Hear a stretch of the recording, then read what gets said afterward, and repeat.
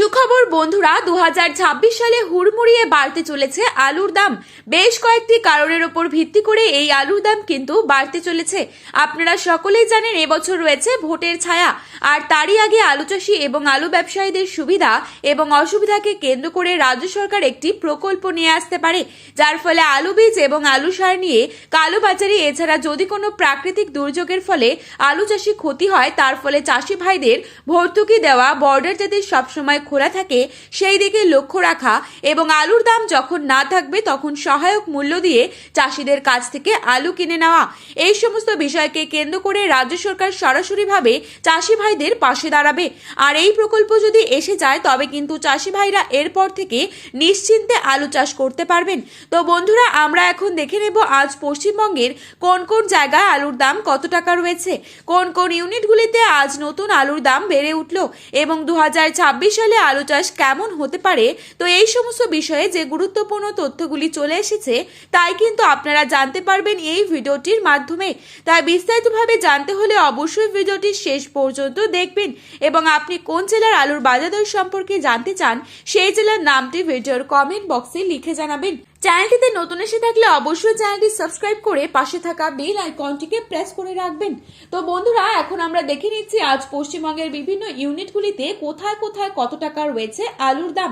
বাঁকুড়া জেলার কতুলপুরে আজ নতুন আলুর দাম লক্ষ্য করা যাচ্ছে মাঠে চাষি ভাইদের জন্য 300 টাকা পর্যন্ত।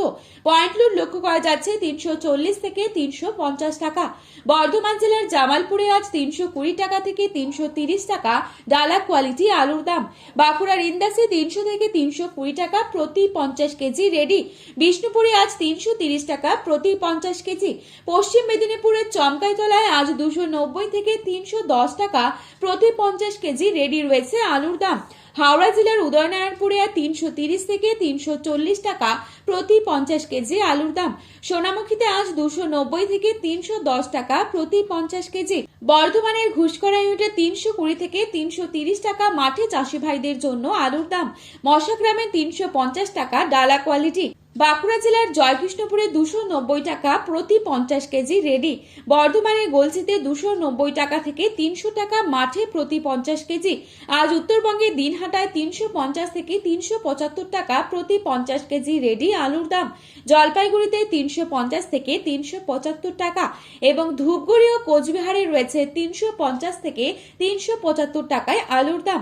এছাড়াও লাল আলু উঠেছে, যার বাজার দর লক্ষ্য করা যাচ্ছে 450 থেকে 460 টাকা।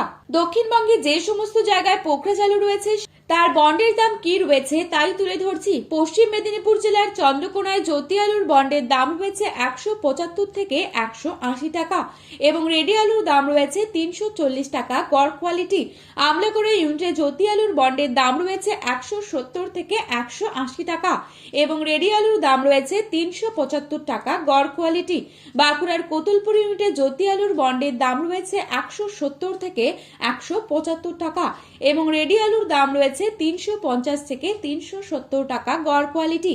হুগলি তারকেশ্বর ইউনিটে জ্যোতি আলুর বন্ডের দাম রয়েছে 200 থেকে 230 টাকা এবং রেডি আলুর দাম রয়েছে 520 টাকা ডালা এক্সট্রা সুপার কোয়ালিটি।